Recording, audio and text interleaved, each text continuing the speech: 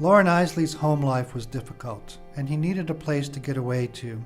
Fortunately, his aunt and uncle lived a few blocks away and welcomed him into their home at 1910 South 23rd Street. Gale Christianson describes Loren's Uncle Buck in this passage from Fox at the Wood's Edge. One of the few places Loren could go without his mother's protest was the home of his aunt and uncle on South 23rd Street. Buck Price always had a dog to play with and an interesting story to tell his adoring nephew, and there was steak and other good things to eat for dinner. An imposing figure, if not a handsome one, Loren's attorney uncle, who was affectionately dubbed the Colonel by his closest friends, had a large head and kindly face, thick, well-groomed hair, which he parted on the left, and soft eyes accentuated by heavy, dark brows. Though he weighed 220 pounds, his ample girth was elegantly contained in tailor-made frock coats, which he continued to wear decades after they had gone out of fashion.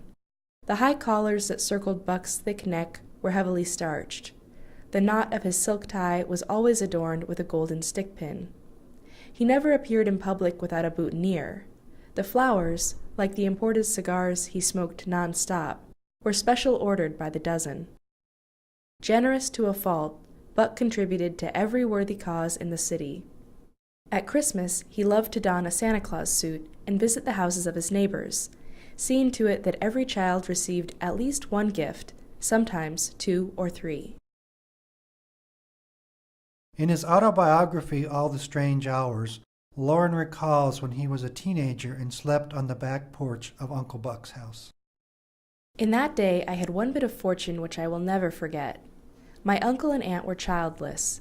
They belonged to an economic level which had been somewhat more secure, in the terms of that time, than our own.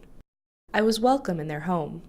I had been sleeping on a cot on their back porch since my father's death. Only a few nights previously, I had started frantically out of sleep, clutching the edges of the cot as though I were still dozing on a freight-top runway. A whistle, blocks away, from a passing Rock Island locomotive, had penetrated my sleep. Long afterward, I would hear once more the howl of that whistle opening up ahead, but that was years away.